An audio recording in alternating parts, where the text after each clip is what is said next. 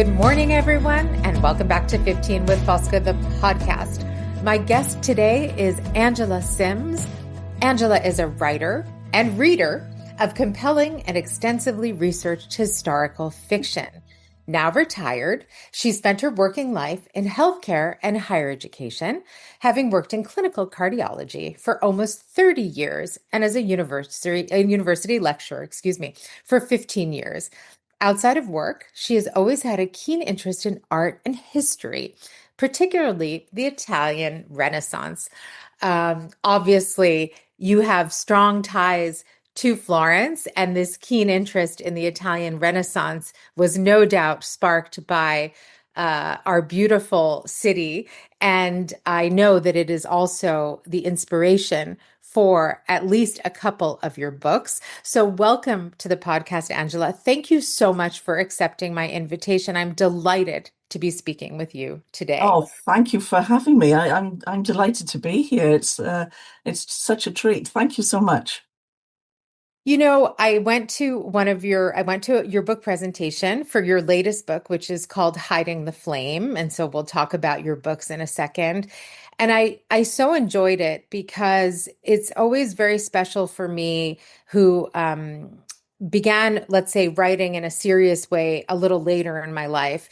And it's always so inspiring for me to meet people like you who have success stories after having a totally different life for so many years. I also worked in education for many years. And so there are some parallels in our stories. So my first question for you is really just that. I mean, your path to writing wasn't early and it wasn't really obvious. I'd just like to know if there was a moment when writing shifted from something that you loved to something that you really felt you had to do. I think yes, because there was a moment when I went to the university as a lecturer. One of the things they expected us to do was a master's degree in education, which is, I was in my early 50s and I thought, well, this is going to be a bit of a challenge. But when it came to writing the dissertation, apart from the rabbit in headlights moment when you're faced with a blank page, I really enjoyed it. Uh, Mm. there was a bit of research, which, the skills that I needed to learn. But then putting the words together, I thought, oh, I like this. Um, and then after that, I thought, I don't need to do anything more professionally, but I've got this itch to write. And at that time, I was reading an awful lot about, as you mentioned already, Renaissance art and history, and we'd been to Florence a few times. I thought, oh, perhaps I'll do something along those lines. And the writing grew really, and I thought, I've got enough here. I can put it together in a book. Oh, but can I? And You did, that's yeah, when you it can. started. Yeah. Yeah, and you can and you did.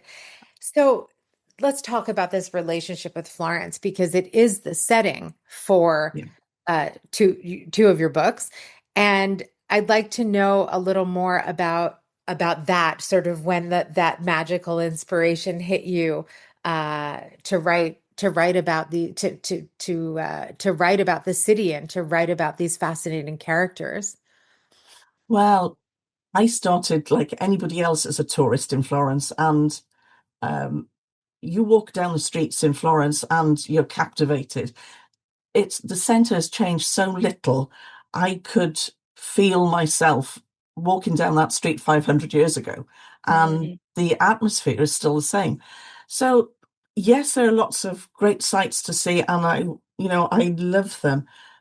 But there was one moment I was walking down a very small street and it had a few artisan shops. There was an art supply shop with a door open, and inside, just bursting out of the door, was clearly a soprano practicing her arias. And it just flew down the street and it hit me. And I thought, this is something special. And it's that feeling that stayed with me ever since. I love that. And those kinds of moments really happen all the time. And Yeah, sometimes it's enough to really just like, as you said, to go onto one of those little yeah, side streets and get away from the tourists and from the bustle and yes, really and feel like you've entered into, literally that you're walking through history and it's kind of an amazing sensation and very inspiring, I think, for writers in general, especially writers of historical fiction. So I want to talk about that. You do write historical fiction, hmm and you mentioned it when you were just speaking about the dissertation you needed to write and how that really honed your research skills. And historical fiction is not easy. It's not a genre that I have felt courageous enough to delve into, and I think it really does require a very specific kind of discipline. You need to research, but you also need to use your imagination. So I'm just curious about where you find the line between being faithful to history, but also having that kind of freedom to tell the story you want to tell. I think that's quite a difficult one. But having done the dissertation and my research skills, though, the master's was a science-based uh, degree, and of course you have to be scientific in your research, and I've carried that through. But as far as the research itself is concerned, I think when you're writing it, you have to be faithful to the history. I mean, you mentioned at the beginning that I'm a reader of historical fiction as well, and I like I've said it a few times in various other places, but when I'm reading historical fiction, I like to learn something Mm, without being told I'm learning. yeah. So the background has to be accurate, and I try my hardest to make sure that's the case. So my research skills that I picked up doing the dissertation, I've taken to that just to check facts, just to look at events and what what the what the people were eating, what they were wearing, and carry that through. And then the creative part around it um, is supposed to showcase it, I believe. Yeah. Well, that's wonderful. I think that's a great approach to it. And as a reader of historical fiction, that gives you the kind of insight into what your readers are really hoping for, exactly what you Yeah. said, right? So you want to learn something, but also, get caught up in a great story, Yes, right? yes. That's the aim, definitely. And I think the author's note on a historical fiction is something I love reading. And Mhm. I want to know how much of what I've just read is fiction and how much is fact. And um, I haven't played with many facts. So I know some authors do like to play around with it and make it completely fictional, but I try to keep the historical facts accurate. I have changed one or two things, but I've made sure I've put it in the author's note as Right. well, because I think we've got a responsibility. You don't want to mislead readers. Right. But a little artistic license is okay. Absolutely, It's okay. absolutely. It's fiction, right? Yes. So I want to talk about your books. Let's talk about The Rose of Florence and Hiding the Flame without giving too much away, because of course we want people to buy your books. But can you give us a little idea of what they're about and where you got the inspiration for these two stories in particular? The inspiration for both of them are historical facts, Mhm. and that's where I tend to start. Um, the Rose of Florence is based around the Pazzi conspiracy, where Lorenzo de' Medici was there was an assassination attempt. Obviously, his brother Giuliano was killed. Um, a big, very well recorded event. And there was a lot of fallout from that, as you can imagine, in a small city, but a very important city. And I thought, well, what happens to the normal people around?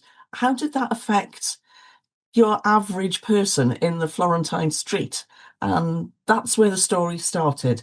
And the same with Hiding the Flame.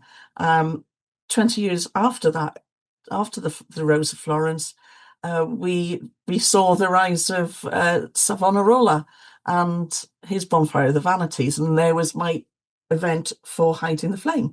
And again, what happens around it. So there's my fiction. I start with an historical fact, event, whatever, and then grow the fiction around it.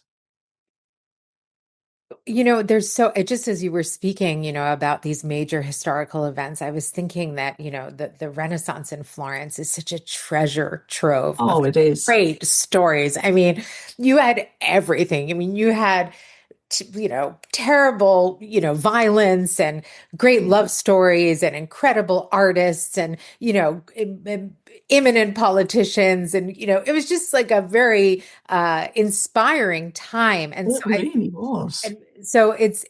I love that though that you mention, focusing on sort of how ordinary people perhaps would have been, Mhm. living those incredible milestones, right? Yes. And how much fun you must have had writing these books, Oh right? yeah, absolutely. And you can go down so many rabbit holes when you're looking at that sort of thing. What were they wearing? My favorite one was what were they eating? Oh I yeah. also love to cook.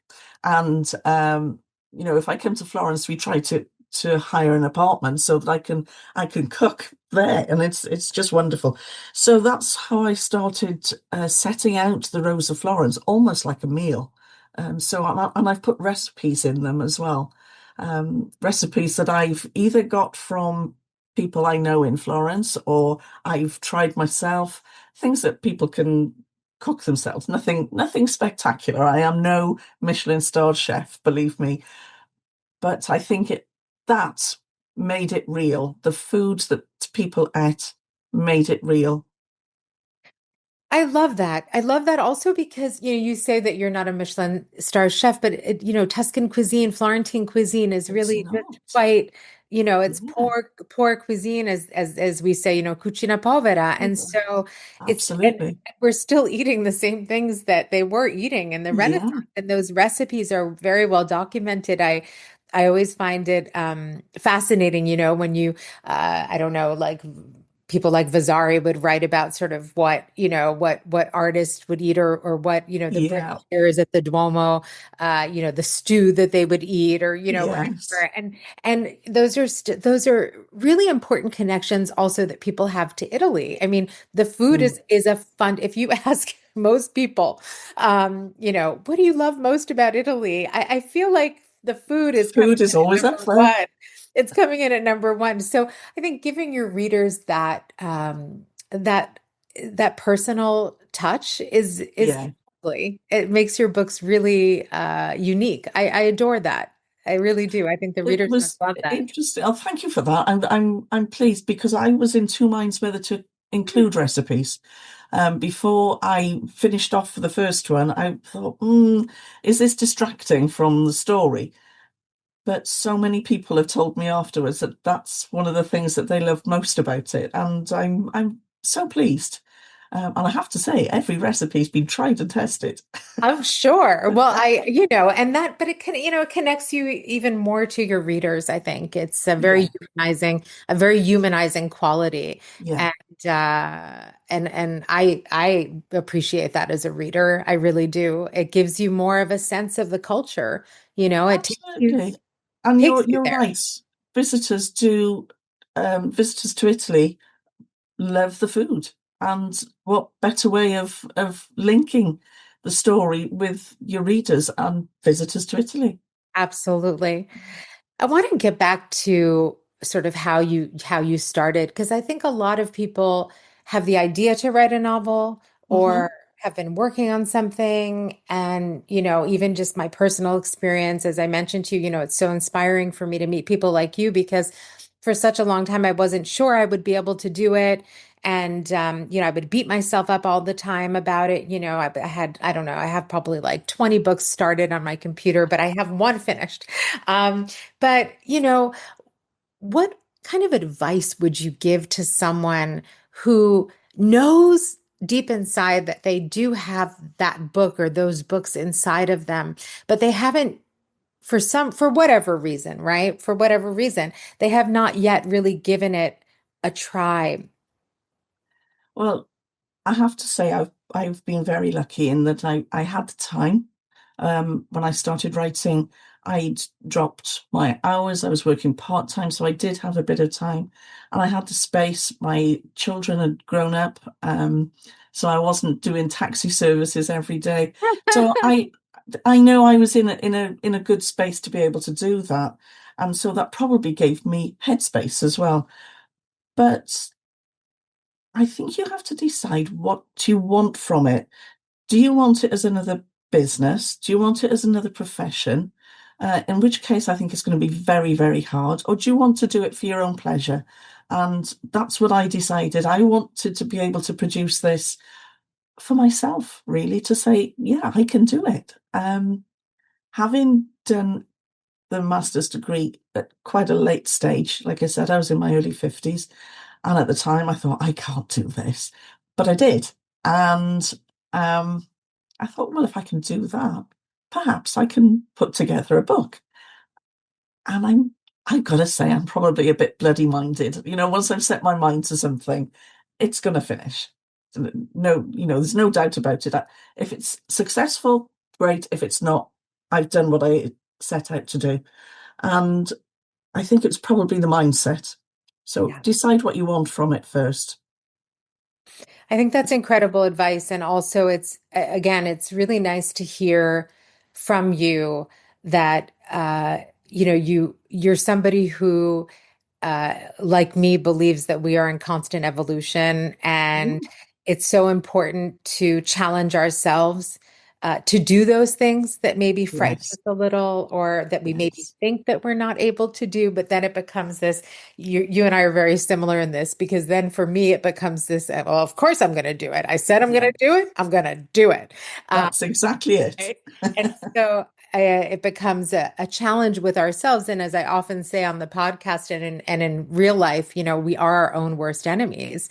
Mhm. And often we create these false narratives and listen to these false narratives of, oh, well, I couldn't possibly do this at, Mm, at 50, whatever. I couldn't possibly do this at 60, whatever. You can do whatever you want. Life is long. yes, Life absolutely. One thing we've learned from history is that we've increased our life expectancy.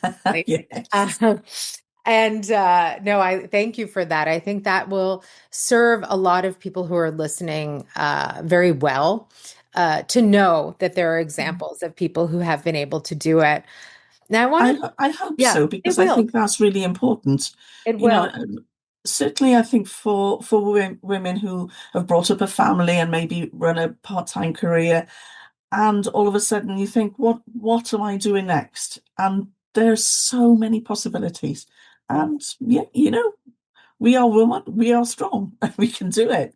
Yeah. And you really hit the nail on the head because I'm a mom too, and I'm an almost empty nester. Mm. And a lot of people have a lot of things to say about this new chapter of my life that's Oh yeah. and what you were saying about sort of the taxiing and the headspace and all that. I mean, I think we um as women we do a hell of a lot. I Yes. sometimes I just honestly ask myself how I did what I did for Now so that would many be years, worth right? writing down, wouldn't it?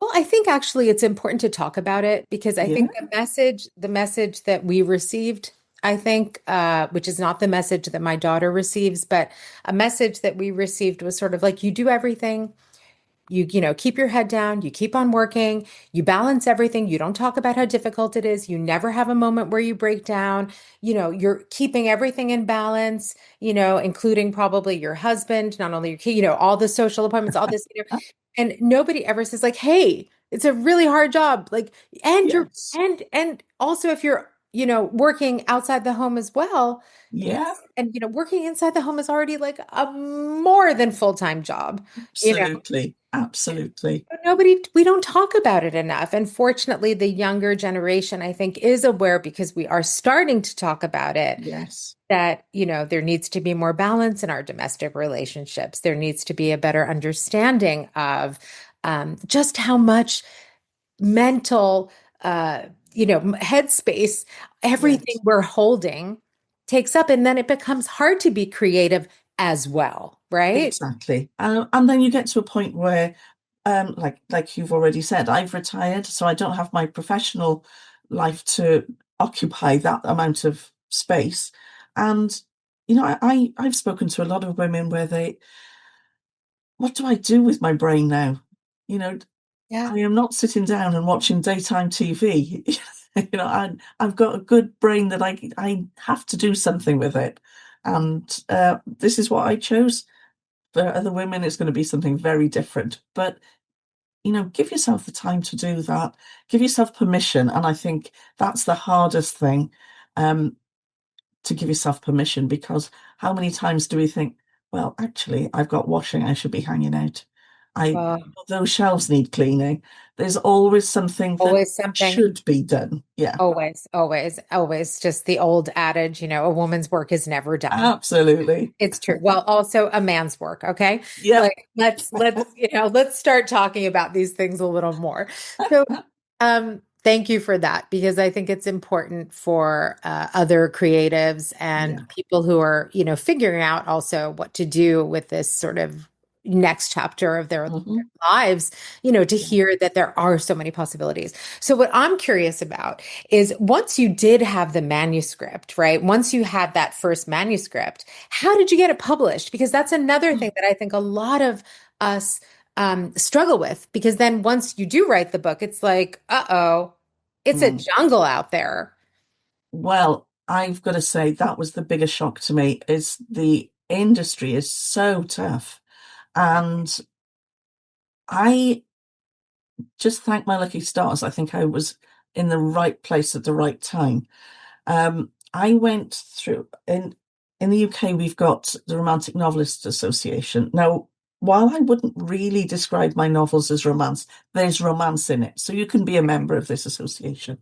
And they run a scheme called the New Writer Scheme, where you send off your manuscript and an experienced writer, author reviews it and sends you back a critique, which is what I did. And I was very lucky to have had one of your previous guests, Catherine Metzer-Kappa, to review Yay. my manuscript. And she gave me lots of really good advice.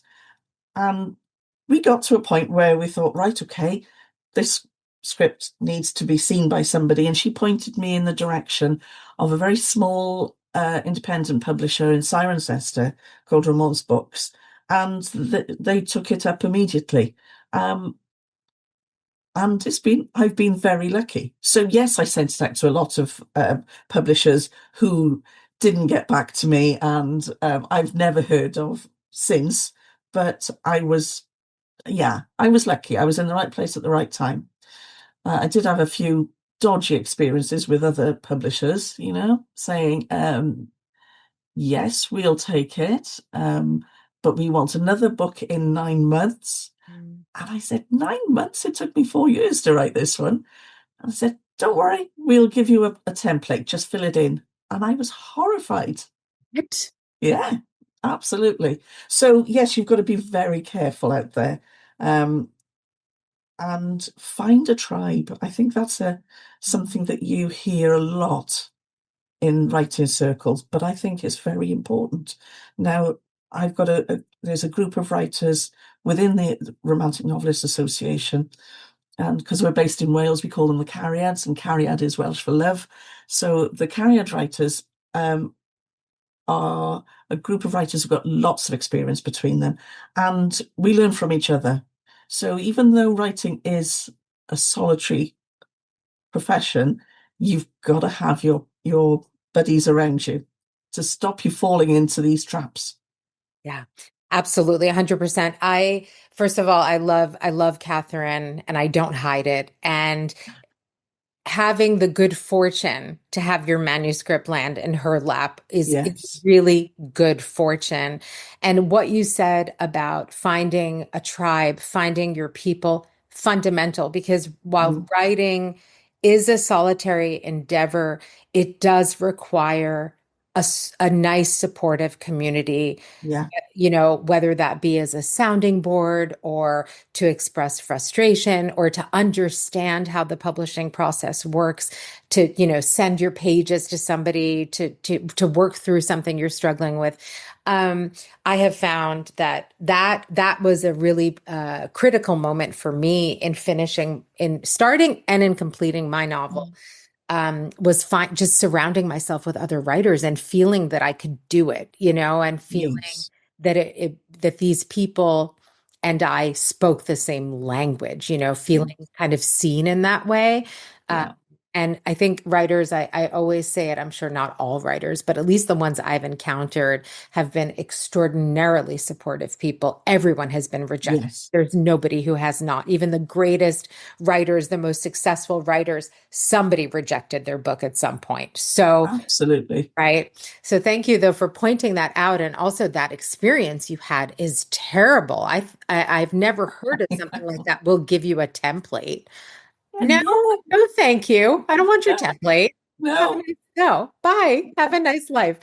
So, I want to talk a little bit about your creative process, which always intrigues me. So, before we started the podcast, you told me that you're in your room, Yeah. Virginia Woolf's room, a room of one's own, and how important, spaces are to our creativity and stuff. But what does your creative process look like these days?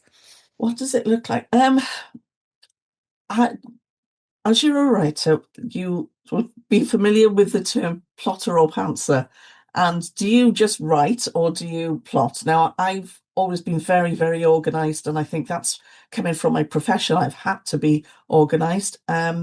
So I like to plot, but it's a very flexible plot, shall we say.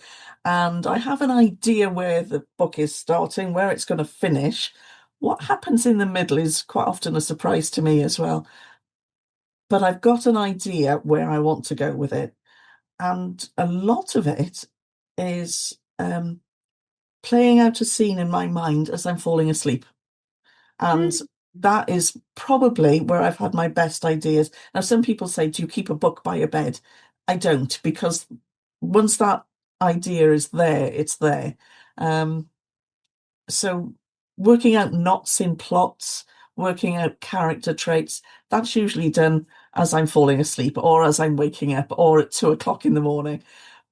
But otherwise, I will just sit and write and then go back to it later. And I'll, keep rereading, keep readjusting, and then leave it.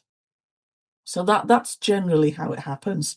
I'm still in the process since my retirement of trying to figure out a routine, giving Mm. myself the permission. Yes, I've got a morning, I can go and write today. Yeah.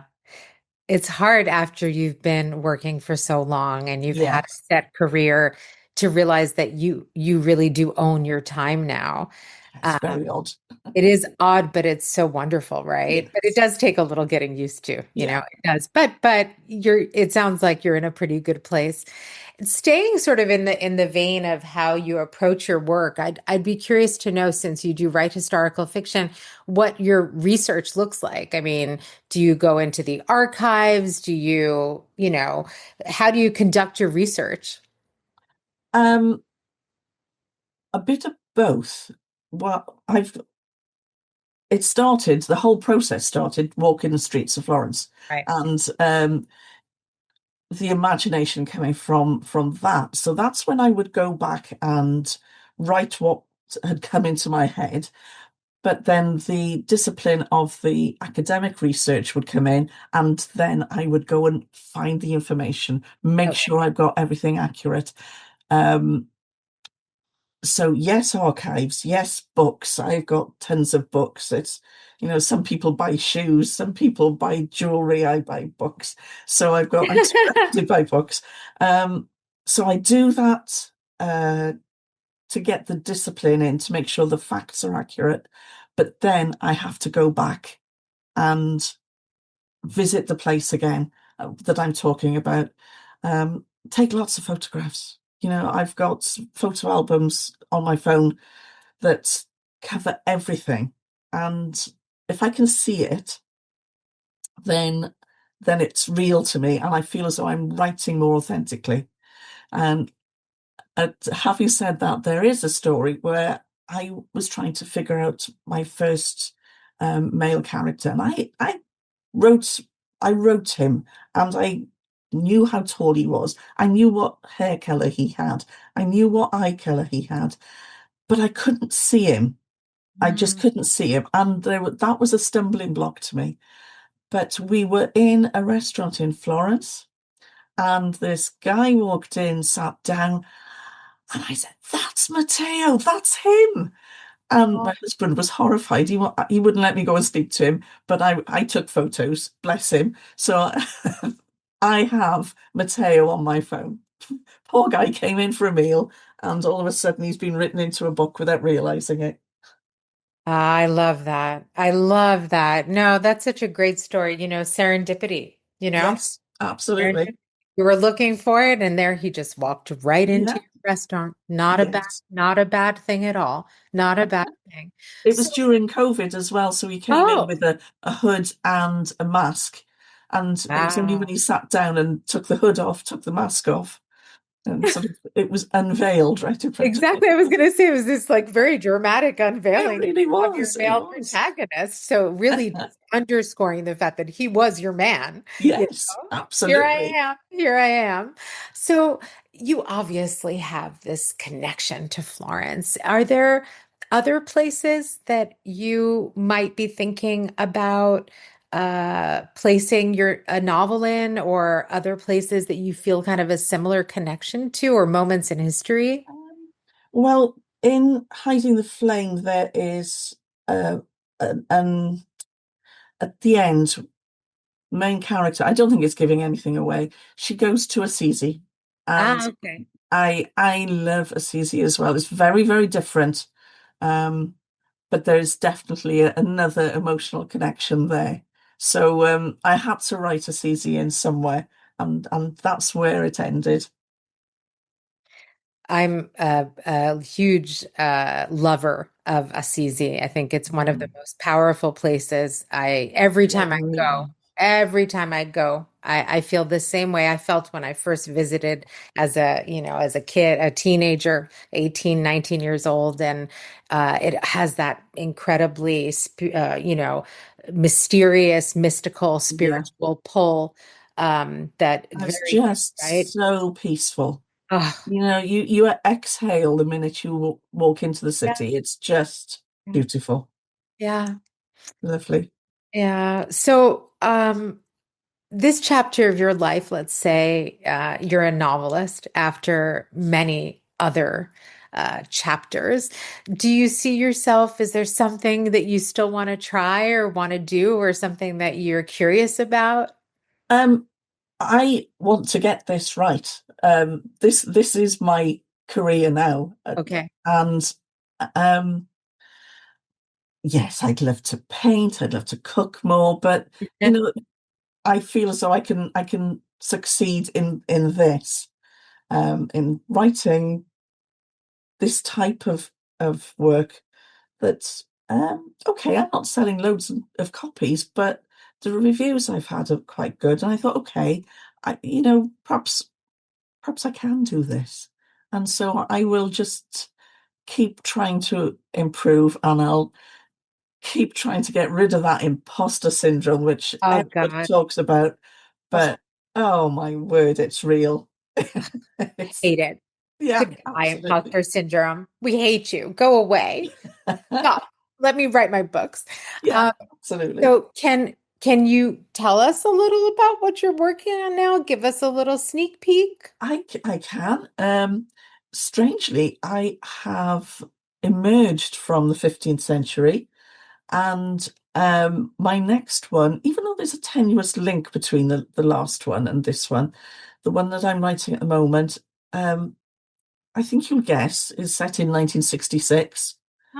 So, what Ah, event in Florence happened in 1966 that I could write what? about? Yeah, we're coming up on the anniversary. Yeah, yeah. Hey.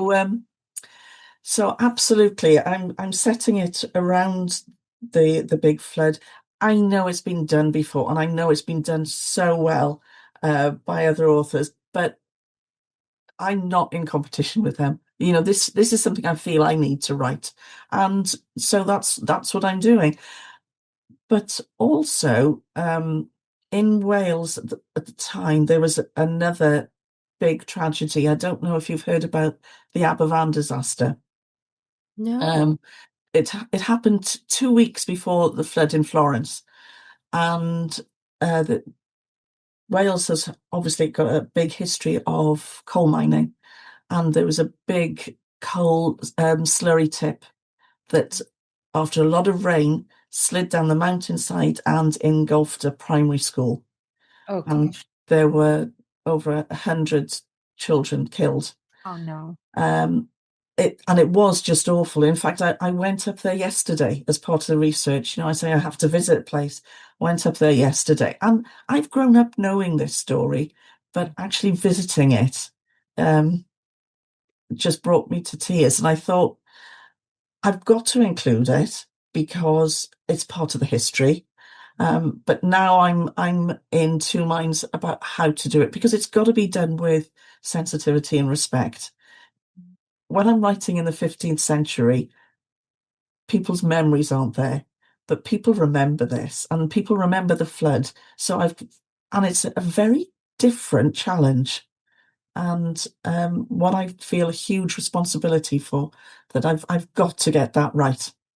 So there'll be a lot of umming and ahhing and reading by other people um, to make sure I get the level right. Because I think it's important that people know about these things that went on.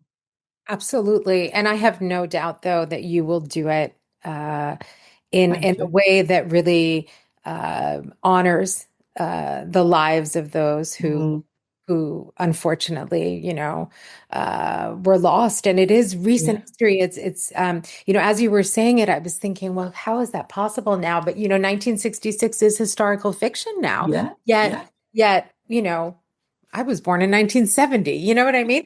And so, for me, that's like, huh? But I know. it's kind of mind blowing, but so at the same time, that's sort of I think, you really, it's very difficult because as you said, when there is so much distance between you and the history, Yeah, you're not going to hurt anyone's feelings really, I mean, that's it. people might take issue with, the way you've, depicted something, but people aren't going to, but there are Yes, people who have that memory absolutely. as a part of their history. Um, Yeah. and so it's a delicate balance, but I'm sure you'll find it. And I imagine so you'll be coming back to Florence soon. There are going to be a lot of things going on in November. Yes, yes, I am. But unfortunately, I'm not there until the 6th of November. Ah, So yeah, that was very, very bad planning. So yes, but I am coming back to Florence. I'm hoping I'll be able to do something about it then. I think there are going to be things going on all month, honestly. Yeah, I think it's going to be a month long, series of commemorations, events, exhibits, talks, all sorts of things going on. And so not to worry. And if you need my help as, a woman on the ground, uh, yes, please. I can help you if you need help. Yes, please. But it's kind of, I think, I'm glad you're writing about this because it is still something that looms so large over this city, and there are reminders of it Mm, everywhere. And so I'm sure the same way, when you walk through when you were saying at the beginning of the podcast, when you walk through those, yes, narrow streets, or you have those moments, or when your main character walks into the restaurant, you know, in Florence, everywhere you see, those plaques that show yes, you where the water got to. And that it still blows my mind after so many absolutely. years, still blows my mind.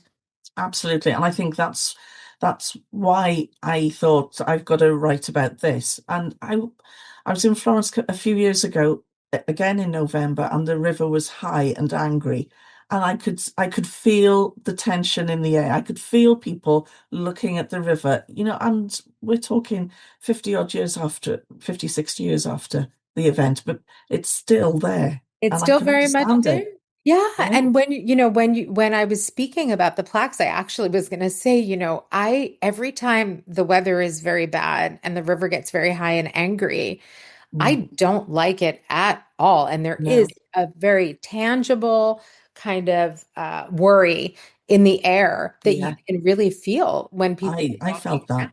Yeah, without a doubt. 100%. Absolutely. So you've already talked a little bit about your book, which I'm thrilled that you're writing, and I can't wait to read it. Anything else? Like what's next? What's next that that you also might want to share with us? There must be, I feel like you work on a lot of things. Well, um, the only other thing I've got as far as that's concerned, I've been writing stories for my grandchildren. It started Oh, off, we were just in the garden and we were looking at the holly tree, and I said that's where the fairies live, and it's grown. So I've got a nice bunch of fairy stories set in my garden, um, which I am looking to publish. Um, my friend, who is also the godmother of my grandchildren, is a watercolorist, and she's done some lovely illustrations. But now it's very different again to historical fiction. So I'm learning all over again. Where am I going to go to get these published? But yeah, that's a lovely little aside. that is a beautiful project. And I really want to see that happen because any kind of story I think that's inspired by your grandchildren and that kind of magical relationship that exists between Yeah, grandparents and grandchildren, and to honor that and to have, I mean, also for them, they're going to think they're so cool, yeah, like thanks to them, right? And I yeah. really I love children's books, and I love the idea of a book of fairy tales inspired by your grandchildren, and also just the art, the beautiful Oh yeah. art of telling stories, and tell, the oral tradition that then becomes the written tradition. And I really I think it's wonderful. So Oh, I thank you. Thank you for coming on today, and thank you for writing such incredible books that I hope everyone who's listening will go out and get. And best thank of you. luck with the flood project and with this incredible book of fairy stories. I you really touched my heart with that because Oh, thank you. I've also long wanted to write a children's book, and I have a whole bunch of those on my computer as well. Maybe I have to wait to have grandchildren, but thank you for coming on the podcast, and thank you for sharing your story with us, Angela. Oh, thank you so much. I've really enjoyed it. It's been such a pleasure. Thank you, Fosca. I've had my trip to Florence this morning. Yay! Well, I can't wait to see you when you come back. Yes, that would be lovely. That would be lovely. Thanks again. Take care.